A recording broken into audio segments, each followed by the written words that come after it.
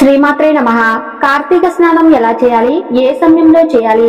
నెల రోజులు స్నానం చేయలేని వారు ఇలా చేస్తే కోటి జన్మల పుణ్యఫలం లభిస్తుంది. 2025 అక్టోబర్ 21 నుండి కార్తీక మాసం ప్రారంభమైంది. మాసాలలో అత్యుత్తమ మాసం ఏది అంటే కార్తీక మాసం అని చెప్పాలి. మాసానం మార్గశీర్షోహం అని భగవద్గీతలో సాక్షాత్తు శ్రీకృష్ణ భగవానుడు చెప్పినప్పటికీ దేవాలయాల్లో కానీ గృహాల్లో కానీ భక్తిభావం వెల్లివిరిసేది కార్తీక మాసంలోనే అని అనడంలో సందేహం లేదు. దీపావళి రోజున సంబరాలు ఆకాశాన్ని అంటడంతో కార్తీక మాసానికి ఆహ్వానం పలికినట్లు అవుతుంది. శివకేశవులు ఇద్దరు అత్యంత ప్రాధాన్యతతో పూజింపబడే మాసం కార్తీక మాసం. పౌర్ణమి రోజున చంద్రుడు ఏ నక్షత్రానికి దగ్గరగా ఉంటాడో ఆ నక్షత్రం పేరుతో తెలుగు మాసం పిలువబడుతుంది. చంద్రుడు పూర్ణిమ రోజున కృతికా నక్షత్రానికి దగ్గరగా ఉంటాడు కాబట్టి ఆ మాసానికి కార్తీక మాసం అని పేరు వచ్చింది. కార్తీక మాసంలో కృతికా నక్షత్రం సూర్యోదయానికి ముందే అంటే తెల్లవారుజామున తూర్పు దిక్కున కనిపిస్తుంది. కార్తీక మాసం అంతా పండుగలే. బలిపాడ్యమి, భగినీహస్త భోజనం, నాగుల చవితి, ఉద్దాన ఏకాదశి, క్షీరాబ్ది ద్వాదశి, కార్తీక పౌర్ణమి మరియు కార్తీక సోమవారాలు ఇలా అన్ని పండుగ దినములే. కార్తీక మాసాన్ని మించిన మాసం, వేదాన్ని మించిన శాస్త్రం, ఆరోగ్యాన్ని మించిన ఉత్సాహం, పరమేశ్వరుని మించిన దైవం లేవని మన శాస్త్రాలన్నీ కూడా చెబుతూ ఉన్నాయి. కార్తీక మాసంలో ప్రధానంగా చేయవలసింది స్నానం. అదేంటి, మనం ప్రతిరోజు స్నానం చేస్తాం కదా అనే సందేహం రావచ్చు. రోజు చేసే స్నానానికి కార్తీక మాసంలో చేసే స్నానానికి చాలా తేడా ఉంది. ఎవరైతే కార్తీక మాసంలో 30 రోజులు నదీ స్నానం చేస్తారో వారందరికీ కూడా శ్రీ మహావిష్ణువు యొక్క అనుగ్రహం కలుగుతుంది. మరి ఇంతకీ కార్తీక స్నానం ఎలా చేయాలి, ఏ సమయంలో చేయాలి? నెల రోజులు స్నానం చేయలేని వారు ఏం చేస్తే కోటి జన్మల మహాపుణ్యం కలుగుతుంది అనే విషయాలు అన్నిటినీ కూడా ఈ రోజు ఈ వీడియోలో మనం వివరంగా తెలుసుకుందాం. ఫస్ట్ అయితే ఈ వీడియోకి లైక్ చేయండి, మా ఛానల్ ను సబ్స్క్రైబ్ చేసుకుని మాకు సపోర్ట్ చేయండి. ఎందుకంటే మీ సపోర్ట్ మాకు చాలా అవసరం. ముందుగా కార్తీక స్నానం ఎలా చేయాలి అంటే, కార్తీక మాసంలో స్నానం చేసేవారు ఉదయాన్నే నిద్రలేచి సూర్యుడు తులారాశిలో ఉన్నప్పుడే స్నానం చేయాలి. అలాగే కార్తీక మాసంలో దిగంబరంగా స్నానం చేయకూడదు, వస్త్రాలతో స్నానం చేయాలి. ఇది ముఖ్యంగా గుర్తు పెట్టుకోవాల్సిన విషయం. అలాగే స్నానం చేసే సమయంలో శివ శివ అనుకుంటూ లేదా హరినామ స్మరణతో స్నానం చేయాలి. ఈ కార్తీక మాసంలో స్నానం చేసేటప్పుడు సంకల్పం చెప్పుకొని స్నానం చేయాలి. నేను ఈ కార్తీక మాసంలో స్నానం చేస్తున్నాను, ఆ పరమేశ్వరుడు లేదా ఆ పార్వతీదేవి లేదా ఆ విష్ణుమూర్తి మీకు ఏ దైవం అయితే ఇష్టమో ఆ దైవాన్ని తలుచుకుని నన్ను అనుగ్రహించుగాక అని సంకల్పం చెప్పుకొని కార్తీక స్నానం చేయాలి. కార్తీక మాసంలో మనకు స్నానం చేయడానికి ఉపయోగపడేవి నదులు, కాలువలు, చెరువులు, బావులు. ఇవి ఏవి దగ్గరలో లేకపోతే బకెట్ నీళ్ళని రాత్రంతా వెన్నెలలో ఉంచి స్నానం చేయాలి. ఇలా చేస్తే నదీ స్నానం చేసినంత పుణ్యం వస్తుంది, అంత ఫలితం దక్కుతుందని పెద్దల మాట. ఇక కార్తీక స్నానం ఏ సమయంలో చేయాలి అనే విషయానికి వస్తే, ఈ కార్తీక మాసం అంతా వెన్నెలలో అమృతం నిండి ఉంటుంది. అమృతాన్ని మీరు మాత్రమే గ్రహించగలుగుతారు. కాబట్టి ఈ మాసంలో వీలైనంత వరకు నదులలో, కాలువలలో, చెరువులలో స్నానం చేయటం చాలా శ్రేష్టం.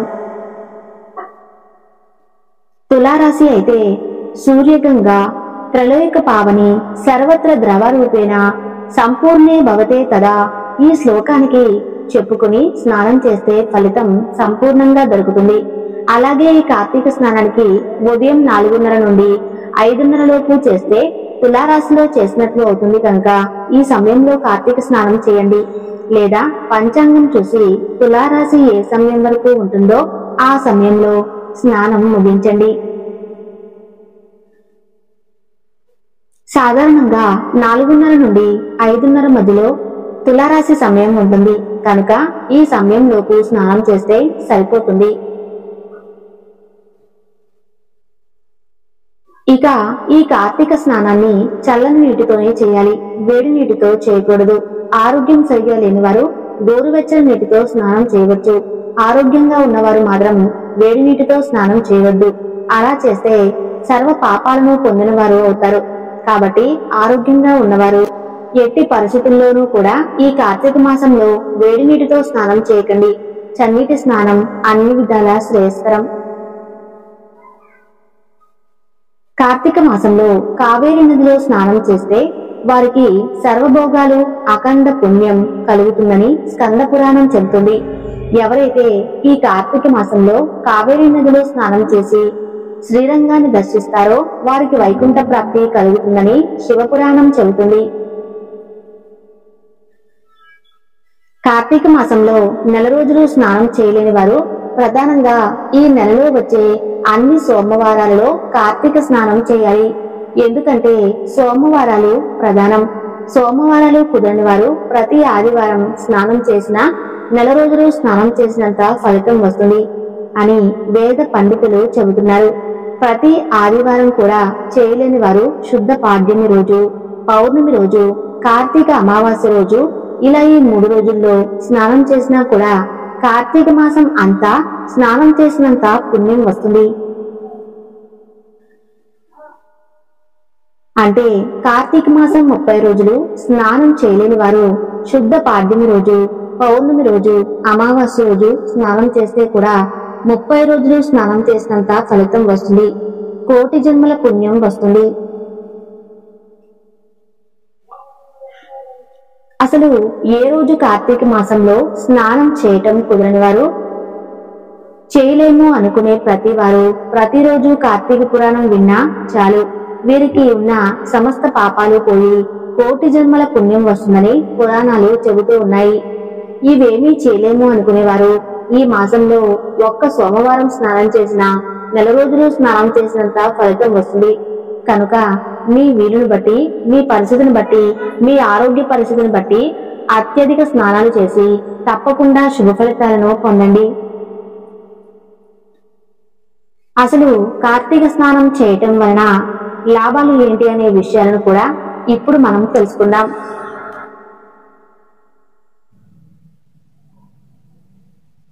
ఏడాది మొత్తంలో పండుగలు, పూజలు, పునస్కారాలు ఎన్నో చేస్తాం. వినాయక చవితి 1 రోజు, దసరా 9 రోజులు, సంక్రాంతి 3 రోజులు ఇలా జరుపుకుంటాం. కానీ కార్తీక మాసంలో నెల రోజులు కూడా ప్రత్యేకమే. ముఖ్యంగా శివకేశవులకు అత్యంత ప్రీతికరమైన మాసం ఇది. అయితే దైవభక్తి మాత్రమే కాదు, ఈ నెలలో ఆచరించే ప్రతి క్రియ వెనుక ఆరోగ్య రహస్యం ఉంది. ముఖ్యంగా కార్తీక స్నానం ఆరోగ్యానికి ఎంతో మేలు చేస్తుంది. సూర్యుడు ఉదయించక ముందే నక్షత్రాలు ఇంకా అక్కడక్కడ మిలుకుమిలుకుమంటూ ఉండగానే కార్తీక మాసంలో నదీ స్నానం ఆచరించాలి అని చెప్తూ ఉంటారు పెద్దలు. ఏడాది మొత్తం ఇలా చేయడానికి సూర్యోదయానికి ముందే కార్తీక స్నానం చేయడానికి తేడా ఉంది. సహజంగానే కార్తీక మాసం అంటే చలి పుంజుకునే సమయం. జ్యోతిష్యం ప్రకారం ఈ మాసంలో సూర్యుడు తులారాశిలో ఉంటాడు. సూర్యునికి ఇది నీచ స్థానం. ఉష్ణోగ్రత తక్కువగా ఉండే ఈ మాసం మనిషి ఆరోగ్యంపై ప్రభావం చూపుతుంది. జీర్ణశక్తి తగ్గుతుంది, చురుకుతనం తగ్గుతుంది, బద్ధకం పెరుగుతుంది, శరీరంలో నొప్పులు ఎక్కువ అవుతాయి. నరాల బలహీనతలు ఉన్నవారు చలికి ముడుచుకుని పడుకోవటం వలన ఆ బలహీనతలు ఇంకా పెరుగుతాయి. వీటన్నిటి నుంచి ఉపశమనం కలిగించేది ఈ కార్తీక స్నానం. ఆరోగ్య రక్షణ కోసమే ఈ నెల రోజులు ఈ నియమం పెట్టారు పెద్దలు.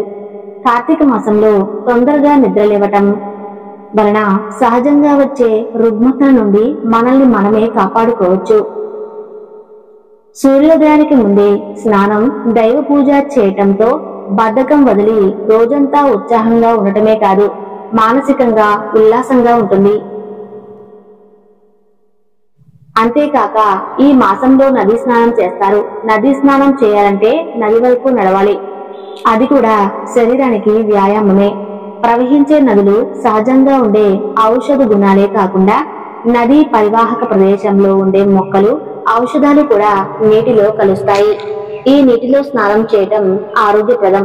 కార్తీక స్నానం చేసి దీపాలను నదిలో వదిలే దృశ్యాలు మనసుకు చాలా సంతోషాన్ని ఇస్తాయి. కార్తీక మాసం వచ్చేసరికి వర్షాలు తగ్గిపోతాయి. నదిలో ఉధృతి తగ్గి అందులో మలినాలన్నీ కూడా అడుక్కు చేరి నిర్మలమైన నీరు ప్రవహిస్తుంది. సమృద్ధిగా మరియు స్వచ్ఛంగా ఉన్న నీటితో స్నానం చేసేందుకు కార్తీక మాసమే అనువైన సమయం. జ్యోతిష్యం ప్రకారం నీటి మీద మానవుల మనసు మీద చంద్రుని ప్రభావం అధికంగా ఉంటుంది. చంద్రుడు ఈ మాసంలో అత్యంత శక్తివంతంగా ఉంటాడు. అందుకే ఈ కార్తీక మాసాన్ని కోమది మాసమని అంటూ ఉంటారు. చంద్ర కిరణాలతో ఔషధములతో ఉన్న నీటితో ఉదయాన్నే స్నానం చేయటం వలన అనారోగ్య సమస్యలు దరిచేరవు. శరీరంలో ప్రవేశ ఉష్ణశక్తిని బయటకు పంపడమే స్నానం ప్రధాన ఉద్దేశం. మన శరీరం ఉష్ణశక్తికి కేంద్రంగా ఉంటుంది. ఎప్పటికప్పుడు ఉష్ణశక్తి ఉత్పత్తి అవుతూ ఉంటుంది, బయటకు పోతూ ఉంటుంది. అలా ఎప్పటికప్పుడు ఉష్ణశక్తి బయటకు పోతేనే ఉత్సాహంగా ఉంటారు. ఈ ప్రక్రియను ఎలక్ట్రోమాగ్నెటిక్ యాక్టివిటీ అంటారు. భారతీయుల ఆధ్యాత్మిక జీవన విధానంలో కార్తీక మాసంలో చేసే స్నానాలకు ఎంతో ప్రాధాన్యత ఉంది. అయితే ఈ మాసంలో నదీ స్నానం చేసేటప్పుడు కొన్ని నియమాలు కూడా పాటించాలి. అది ఏమిటి అంటే, రాత్రి ధరించిన వస్త్రాలతో నదులలో స్నానం చేయకూడదు. ఉదయాన్నే లేచి రాత్రి ధరించిన వస్త్రాలు తీసేసి మళ్లీ శుభ్రమైన వస్త్రాలను ధరించిన తర్వాత స్నానం ఆచరించాలి. కార్తీక మాసంలో నదీ స్నానం చేయటం కుదరని వారు రాత్రి వెన్నెలలో బకెట్ నీటిని ఉంచి ఉదయాన్నే స్నానం చేయండి. కార్తీక మాసంలో ప్రతిరోజు సూర్యోదయానికి ముందే నదిలో కాని బావుల వద్ద కాని స్నానం చేసి కృతికా నక్షత్రాన్ని దర్శించి దీపం వెలిగించి శివుడిని ఆరాధిస్తే చాలా మంచిది. శివుడు అల్ప సంతస్తుడు. శివలింగానికి కాశీ నీళ్లతో అభిషేకం చేస్తే చాలు, శివుడు ప్రసన్నుడైపోతాడు. ఈ మాసంలో అవకాశం ఉన్నవారు ఇంటి వద్ద కానీ దేవాలయాల్లో కానీ రుద్రాభిషేకం, మహారుద్రాభిషేకం చేయటం చాలా మంచిది. పగలు ఉపవాసం ఉండి రాత్రి నక్షత్రాలు చూసి శివ పూజ చేసిన తర్వాత భోజనం చేయాలి. సత్యనారాయణ స్వామి వ్రతాన్ని చేయడానికి కార్తీక మాసం మించిన సమయం మరొకటి లేదు. అయ్యప్ప స్వామి వారి దీక్షలు కూడా కార్తీక మాసంలోనే ప్రారంభమవుతాయి. ఇన్ని విశిష్టతలు ఉన్నాయి కాబట్టే కార్తీక మాసం ఎంతో ప్రత్యేకతను సంతరించుకుని ఉంటుంది. ఈ వీడియో నచ్చితే తప్పకుండా లైక్ చేయండి, షేర్ చేయండి, సబ్స్క్రైబ్ చేసుకుని పక్కనే ఉన్న గంట సింబల్ ని నొక్కండి. ఓం నమః శివాయ అని కామెంట్ చేయండి. ధన్యవాదాలు.